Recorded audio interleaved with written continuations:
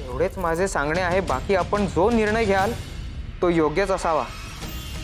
आपला विश्वासू आणि हितचिंतक सिद्धरामय्या। महादेवा, हे सगळं काय वाढून ठेवलंस रे बाबा? आम्ही कधी कोणाचं वाईट केलं नाही। गणेशा, हे सगळं काय चाललंय रे? अव्वा शांत हो। हे बघ, लग्न अजून झालं नाही।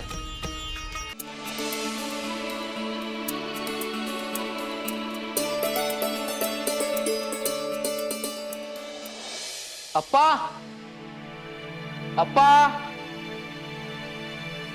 गणेशा, हा, तुझे अप्पा बाहेर गेलेत। काही काम होतं का? त्यांच्यासाठी पत्र आलं होतं, दे त्यांना। पत्र? कुणाचं? सिद्धरामय्यांचं, अक्कोळगावहून आलंय। सिद्धरामय्या म्हणजे म्हणजे मुलीचे काका? आपण त्यांना अपेक्षा पाठवल्या होत्या, त्या उत्तरादाखल असेल पत्र। तू तू बस ना, वाच। ये हो. बस, वाच बघू। वाचतो। लक्ष्मण अप्पा यांना नमस्कार। तुमच्या मुलाच्या लग्नाचं सुरू आहे हे ऐकून अत्यंत आनंद झाला, पण आपणास कळवण्यास अत्यंत दुःख होत आहे की तुम्ही फसवले गेले आहात।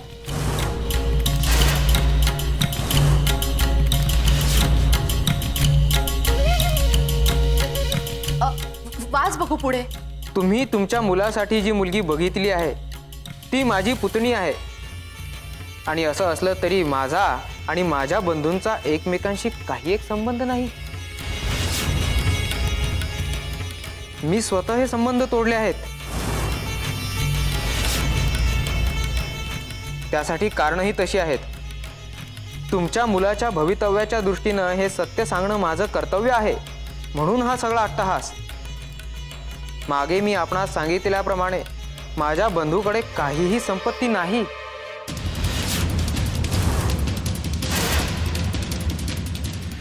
त्याने सगळी संपत्ती फुंकून टाकली आहे।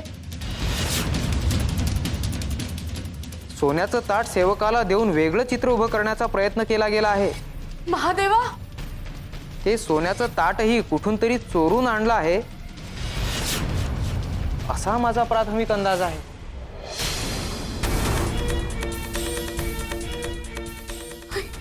जो खोटा ठरण्याचे सूत्रामही कारण नाही। आपणाशी खोटं बोलून ही सोयरीक जोडणे म्हणजे आपली सगळी संपत्ती हडपण्याचा डाव नाही कशावरून?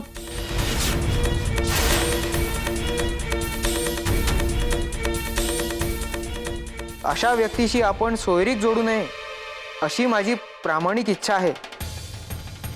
कारण खोटं बोलून सोयरीक जोडणाऱ्या व्यक्तीच्या मुलीवर काय संस्कार असणार आहेत हे आपण जाणताच। आपल्या जीवास आणि आपल्या संपत्तीस धोका आहे।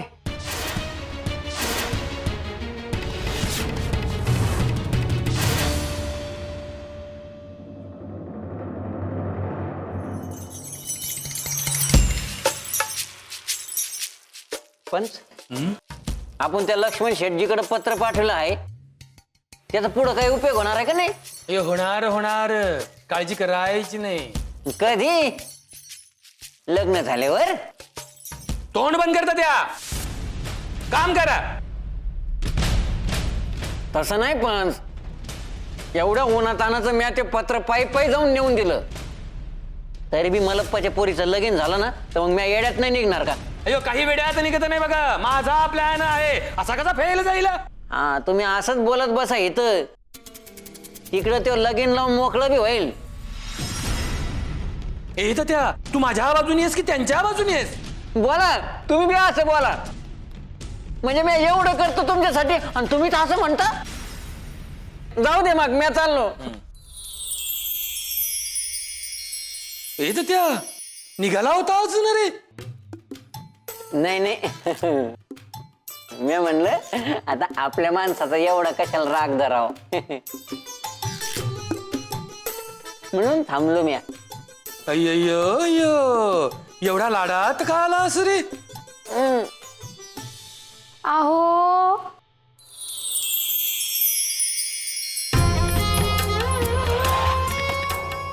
आई तू आलीस? होय। अहो, मी तुमचा विषय ऐकला लग्नाचा। माझं लग्न कधी होणार? रे? अयो तुला कशाला करायचं लग्न?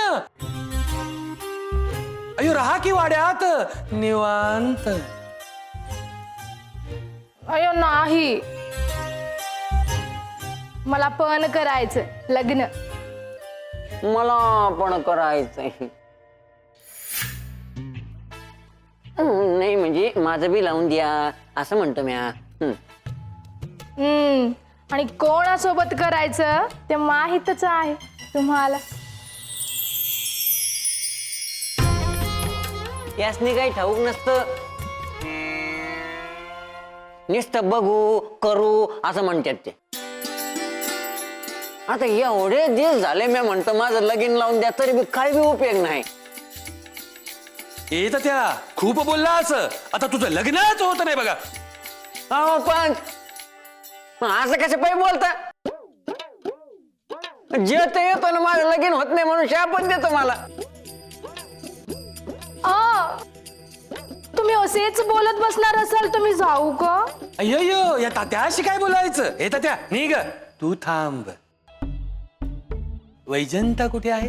अयो अक्का आत आहे, तुम्ही पाणी घ्या. अय्यो मला खूप तहान लागली रे तात्या. जातो बाहेर जातो. अरे देवा.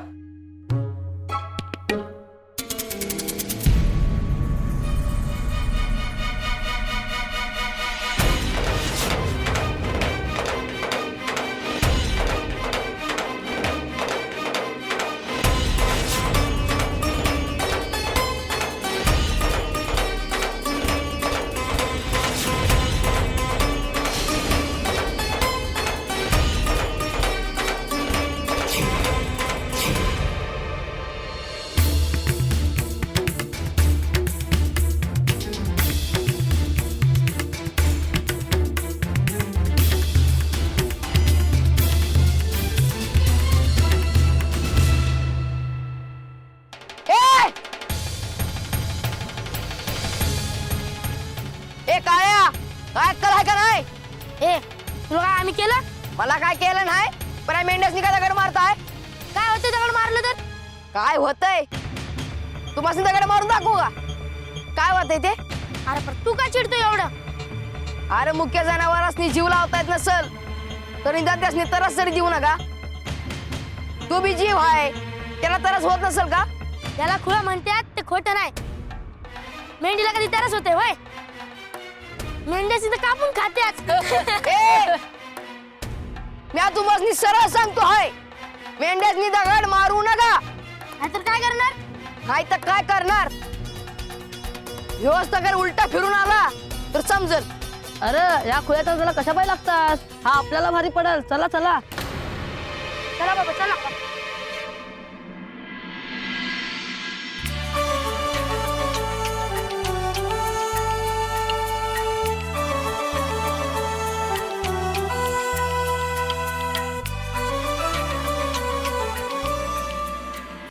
एवढेच माझे सांगणे आहे. बाकी आपण जो निर्णय घ्याल तो योग्यच असावा. आपला विश्वासू आणि हितचिंतक सिद्धरामय्या. महादेवा, हे सगळं काय वाढून ठेवलंस रे बाबा? आम्ही कधी कोणाचं वाईट केलं नाही. गणेश, हे सगळं काय चाललंय रे? अव्वा शांत हो. हे बघ, लग्न अजून झालं नाही. आपण अप्पांशी बोलूयात एकदा. बोलायची काही गरज नाहीये. अशा लोकांची मी सोयरीक होऊ देणार नाही. तरी नशीब नशीब वेळेच समजलं सगळं. अव्वा हे बघ, हे सगळं खरं आहे हे कशावरून समजायचं म्हणतो मी. हे बघ, त्या दोघांचं एकमेकांशी पटत नाही म्हणून सूडबुद्धीने त्यांनी हे पत्र लिहिलं नसेल हे कशावरून? गणेश, आपण आपल्याला ही शंका आलीच होती ना? अव्वा, त्यांचं राहणं साधं असेल बघ कदाचित. मान्य, पण काही गोष्टी करायला नको का? आणि अशा खोटारड्या माणसांची सोयरीक नको आहे आपल्याला. ते काही नाही गणेशा, मी हे लग्न होऊ देणार नाही. ठीक आहे, तुला नको असेल तर मी स्वतः या लग्नाला नकार देतो अव्वा. पण मला सांग, तुला तरी ह्या पत्रातलं सगळं खरं वाटतं आहे? नाही तर काय? सिद्धरमैया यांचे खूप चांगले मित्र आहेत, हितचिंतक आहेत, शिवाय ते प्रतिष्ठित व्यक्ती आहेत. ते खोटं का बोलतील? अव्वा, माणसाचं मन कसं असते हे मी सांगण्याची गरज आहे? कोण कसं वागेल हे आपण नाही सांगू शकत. ते आहेच, पण गणेशा माझं मन सांगतंय की हे लग्न करू नकोस. ठीक आहे, तू एकदा अप्पांशी बोल, कारण संपूर्ण परिस्थिती त्यांना माहित आहे बघ. त्यांना काही माहित नाही. ते गावात गेलेच होते तर स्वतः जाऊन यायचं ना, पण नाही, त्यांनी केशवाला पाठवलं. आता केशवची अक्कल किती चालते हे आपल्या सगळ्यांनाच माहित आहे. आणि राहिला मुद्दा सोन्याच्या ताटाचा, तर ते ताट चोरीचं आहे असं त्यांचं म्हणणं आहे. बरोबर आहे, पण मुलीकडचे जेव्हा आपल्या घरी आले होते तेव्हा त्यांच्या वागण्यात कोणताही बडेजाव नव्हता. श्रीमंती कुठेही दिसत नव्हती. तरी पण त्यांच्याकडे पाहून ते खोटं बोलत असतील असं वाटत नाही मला. गणेशा, तू खूप भोळा आहेस. दुसऱ्यांवर चटकन विश्वास ठेवण्याची सवय आहे तुला. माझ्या मनात जे चाललं होतं तसंच घडतंय. महादेवा, ती रुखरुखच नको मनात. यांना आजच सांगून लग्न थांबवायलाच लावते. अव्वा, मला वाटतं मुलीकडच्यांशी एकदा बोलून पाहूयात का? काही गरज नाही म्हणते मी. पाऊस पडतो आहे की नाही हे प्रत्येक वेळी पावसात जाऊन बघायची गरज नाही गणेशा. आवाजावरून, अंदाजावरून, मातीच्या गंधावरून देखील समजतं पाऊस पडतो आहे की नाही. तू म्हणते तेही बरोबरच आहे. ठीक आहे, कळवून टाका त्यांना लग्न मोडलं म्हणून.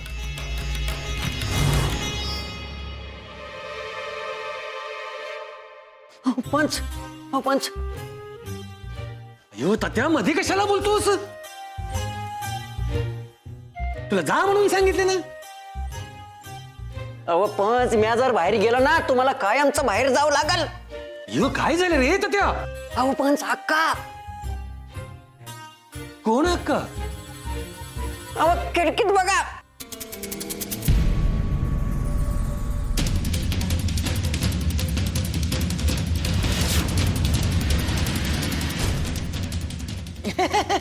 अयो तू खिडकीत काय करतेस? तुमचे काय चालले आहे ना तेच बघते आहे मी.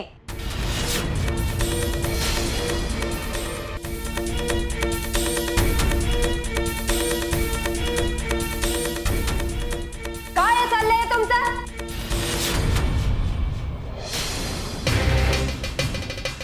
अयो कुठे काय काय चाललं तर ते आपलं? वय वय, म्हणजे नाही, पंचाचं आमचं तसं काही बी चाललेलं नाही. तात्या, तू तोंड बंद कर आधी. तुमचे काय चालले आहे ना ते चांगलेच ठाऊक आहे मला. इंद्री, आता एक काम करा. उद्याच्या उद्या हिला गावी पाठवण्याची व्यवस्था करा म्हणते मी.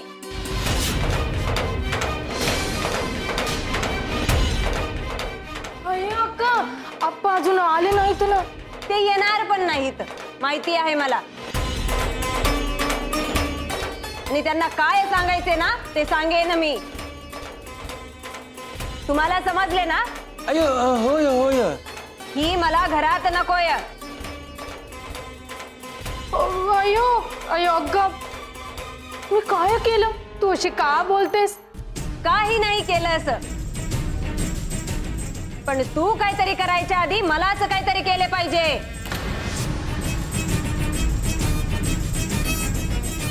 अयो अक्का, असं नको ग बोलूस. माझं काही चुकलं असेल तर माफ कर मला, पण असं करू नकोस ग. अयो असं का बोलतेस वैजंता? ती अजून लहान. लहान आहे, हो लहानच आहे ती, पण तिची जी वाटचाल आहे ना त्यावरून ती खूप मोठी होईल असे दिसते आहे. मला समजले ना? उद्याच्या उद्या हिला गावी पाठवा.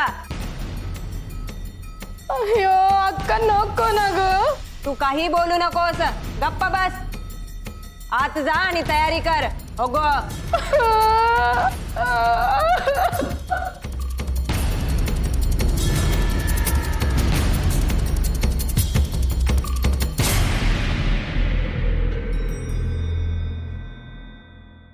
तात्या जेवून जाणार? नाही नाही मग इथे उभा काय आहेस? निघ लवकर.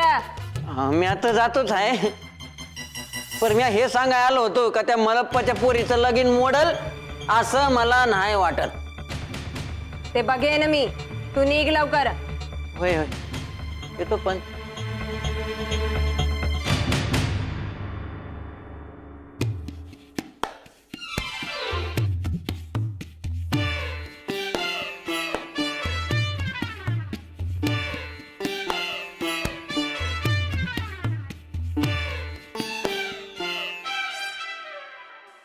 सुभद्रा, अय्यो तू जाणार? मग माझं कसं होणार?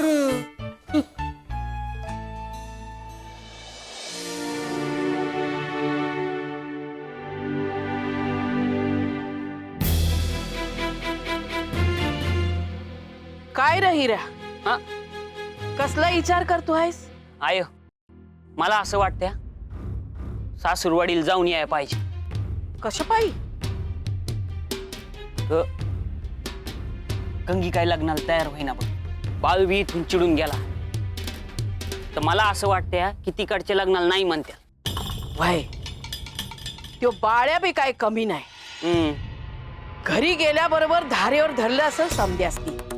म्हणूनच मी म्हणतोय की तिकडे जायला पाहिजे, म्हणजे समजल तिथं काय चाललं आहे आणि काय नाही चाललं ते.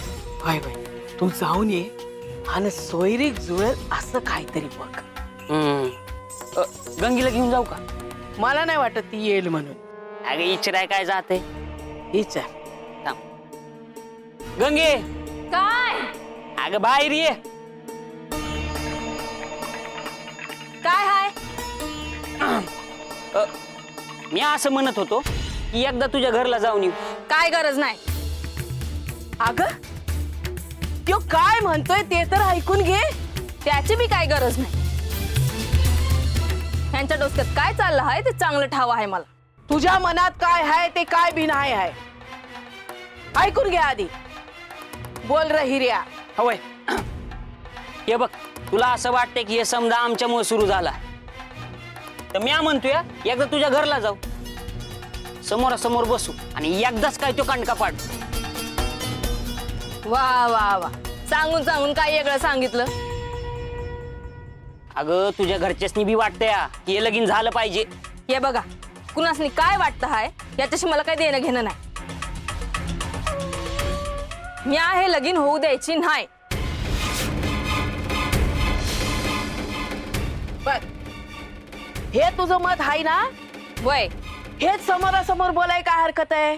नाही, काही काम नाहीत वय मला. आता म्हणजे तू येणार नाही का? नाही, आय मी एकला जातो. तुम्ही बी जायची काय गरज नाही. हे बघ, तू येणार आहे का नाही तेवढं सांग. मी काय करायचं ते मला शिकू नगस. जावा, काय करायचं हाय ते करा. कशा तू जाऊन ये. होय मी जाऊन येत. हा, तिथे गेल्यावर काय मी बी येते. आता काय झालं? तुमच्यावर काही विश्वास नाही माझा. तिकडे जाऊन लगीन ठरवूनच टाकाल. जाऊया आपण. समधे जणच जाऊया. हा वय वय, समधीत चला.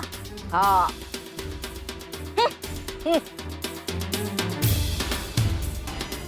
आय तिथं गेल्यावर काय काय बोलायचं आहे ते आपल्याला ठरवाय पाहिजे. आणि गंगीला नाही म्हणता येणार नाही असं काय तर बोलाय पाहिजे. खात्रीतच पकडाय पाहिजे समध्यासनी. होय होय होय. आणि तिथे एकदा गेलो की सुपारी फोडूनच परत येऊ. हा,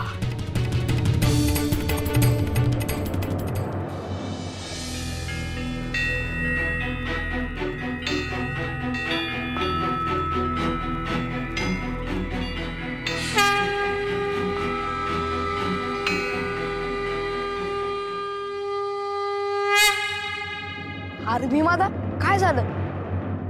असं का बघतोयस? बाळू एक खरं सांगशील का? होय सांगतो की.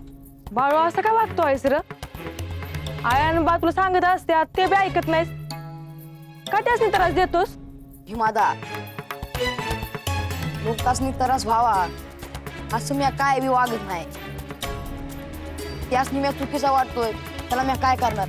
अरे पण जे नाही म्हणून सांगितलं ते करायचं नाही आपण. तसं नसतं भीमादा. तुझ्यासारखं राहून नाही चालत. हे जग सरळ नाही. तर आपल्या गावातच बघ, बघितलं तर 50 उमर, पण प्रत्येकाच्या तरा वेगळ्या. जे चूक आहे ते चूक आहे आणि जे बराबर आहे ते बराबर आहे मला शिकलं पाहिजे भीमादा. अरे पण लोकांनी आवडत नाही की. बराबर वागणं लोकांनी नाही आवडत, ही आपली चूक नाही ना मग. आणि तुला भीमादा सांगतो का सारखं शांत शांत राहत जाऊ न ग, बोलत जा. जे पटत नाही त्याला विरोध कर आणि जे बराबर आहे त्याच्या बाजून उभा राहा. ना ग बाबा, तुझं ऐकायचं म्हणजे मार खायला लागल. हाय आता जरी माझं कुणासनी पटत नसल तरी बी हे आल्यावर समजत